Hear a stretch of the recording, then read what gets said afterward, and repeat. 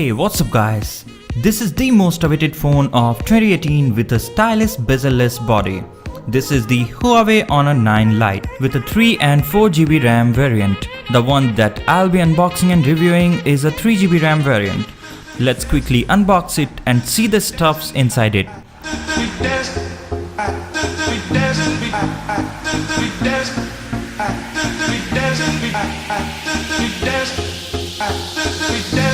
We have got our phone, a user manual, a warranty card, a charger which is obviously not a fast charger, a USB cable.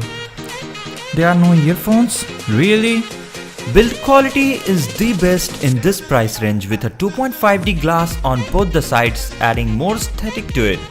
Beneath the 2.5D glasses, the body is made up of high-grade aluminium, making it tremendously lightweight. Having a thickness of around 7.6 millimeters, it looks very sleek and thin. The bezels are the least at this price, and that's why the fingerprint sensor is moved to the back.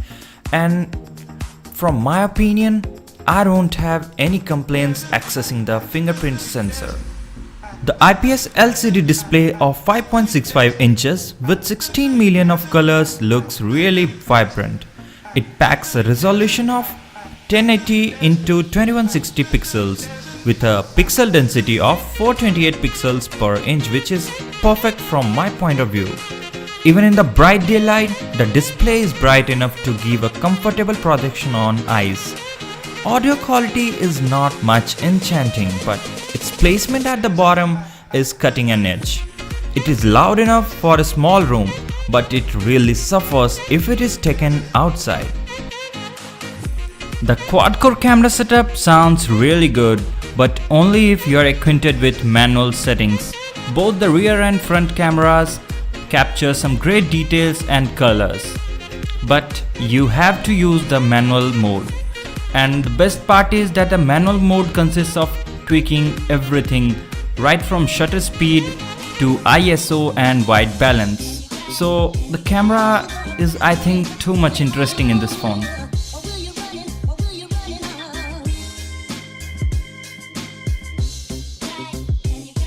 It is not having a stock Android, and it is running their native EMUI, which mirrors some of the snappy features from iOS.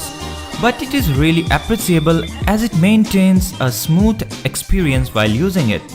Memory management is good with their artificially intelligent technology like flash-friendly file system.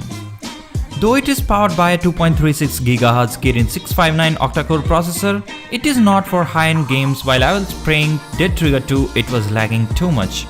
But still, with a combination of 3GB RAM, it gives a smooth user experience. Now, let's run the Antutu and see the scores.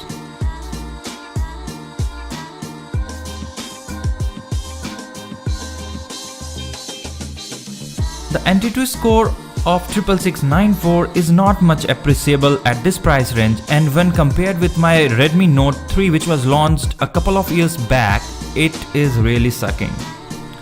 But still, I'd recommend a normal user who wants a good looking phone, a bezel-less phone, then just go for it. So if you want to purchase this phone, the links are given in the description. You can buy it directly from there.